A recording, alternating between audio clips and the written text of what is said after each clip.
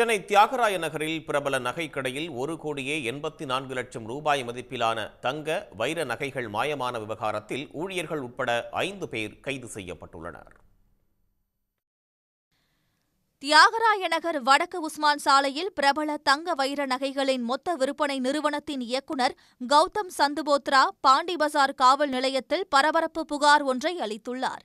அதில் கொல்கத்தாவை சேர்ந்த பிரபல நிறுவனத்திலிருந்து மொத்தமாக தங்க வைர நகைகளை வாடிக்கையாக இறக்குமதி செய்து கொண்டிருந்ததாகவும் அந்நிறுவனத்தின் மேலாளர் பிரீத்தம் 1,84,00,000 ரூபாய் மதிப்பிலான தங்க வைர நகைகளை திருடியதாகவும் புகாரில் தெரிவித்திருந்தார்.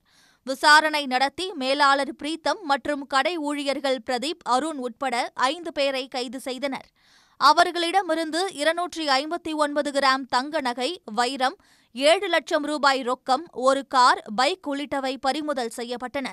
திருடிய தங்கம் மற்றும் வைரத்தை வைத்து மேற்கு வங்காளத்தில் மேலாளர் பிரீத்தம் வீடு ஒன்று கட்டியதும், மயிலாடுதுறையில் கடை ஊழியர் பிரதீப் நிலம் வாங்கி போட்டதும் விசாரணையில் தெரியவந்தது.